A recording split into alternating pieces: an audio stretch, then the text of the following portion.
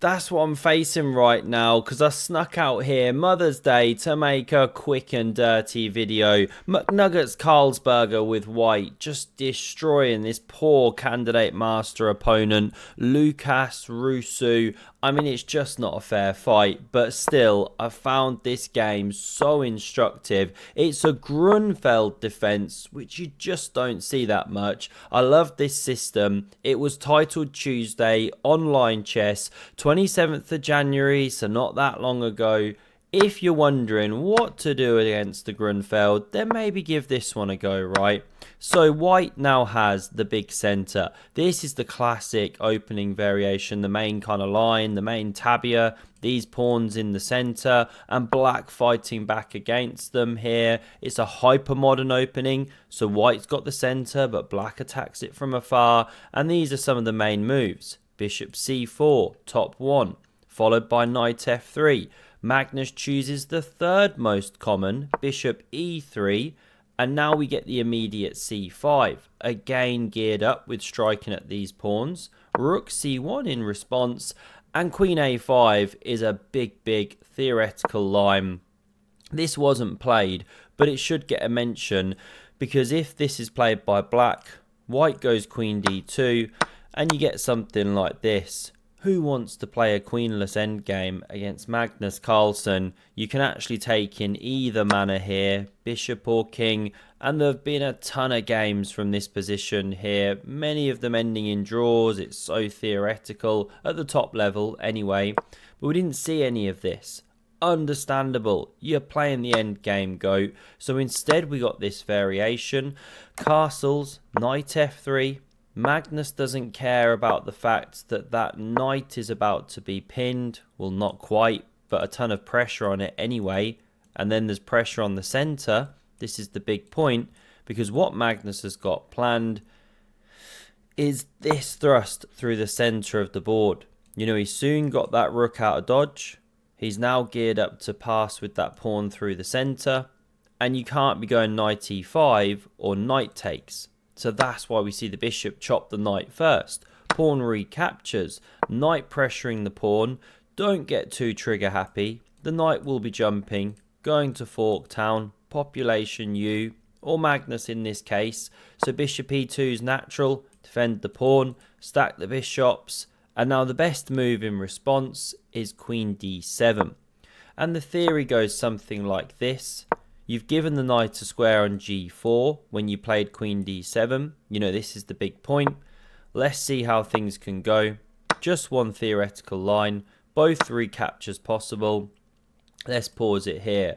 There's been a number of games from here. You know, something like this. If f4 immediately, are there tactical problems? Not sure. Maybe the knight rumbles back. Still, black's got to be careful, of course. This is a big, dangerous center, but there are counterplay ideas. Sometimes f5 at the right moment. Also, endgames are good for black. 2-on-1. If you ever get that far, white's playing for this passer through the center. Not played. None of the theoretical stuff after queen d7. Instead, we saw the move, pawn e6, as I just slipped into the game there. Now, what's the problem with this? Well, now you get pawn f4, and there's no knight g4. So you're stumbling backwards, very passive. Magnus is taken here, yes, opening the eyes of the rook, but more importantly, queen d6 is played, and there's a big problem with this pawn for the black side of things. Rook e8 is actually the best move. Not found. We saw the very horrible pawn e5. Big mistake. Just a bit too premature. What's the best move to punish black here? It's actually rook d1. And the point here is that if you try and save this knight by moving it, saying, okay, if you take me, we're all good, well, this is the problem. You slide over with a check. So often these tactics flow when you've lifted the king's kilt, and now you win the queen, and of course with it, the game. So the knight can't just simply move. And if rook f7, you run into bishop c4. Whoops, if I could draw arrows, that's a big problem. So what do we see tried? pawn takes on f4, saying you take me, I take you. So that's not the best. Magnus finds something much stronger. He plays queen e6 check. And this time after the king goes, you win the pawn, but with the rook, and therefore black doesn't have time to take on e3. You have to be moving the queen, or do you? This is what Lucas played, just trying to mix it up, send it crazy.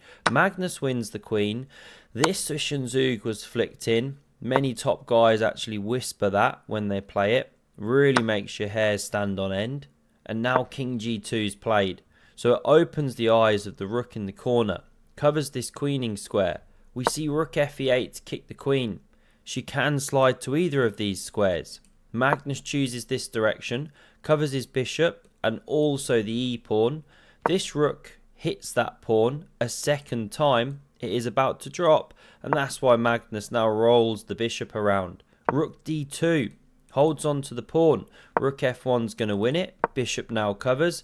Looks like black is setting up a small dark squared blockade, but the lady, she's too overpowered, right? Very apt piece to win the game with on this Mother's Day. Mothering Sunday. This time it's Magnus mothering his opponent with the lady. You can't take the pawn or the rook drops here.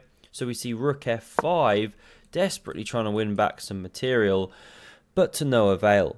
Magnus simply glides on by. Yes, there's a check. Does look a bit scary, but the king happily sidesteps. Could have even blocked with a bishop there and given a bishop and put the king on f3. It all wins. This was the game, however. Bishop's now going to drop, pin to the king. There are a few problems if you don't act soon, but Magnus in plenty of time now to check the black king. After it moves, pick up an entire rook, and with it we saw resignation.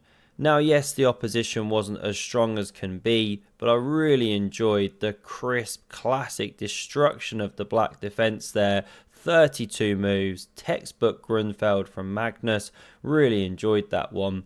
Have a look at the video on the screen if you want some more epic chess. Have a great Sunday or whatever day you're watching this on, and I hope to see you again soon. Cheers.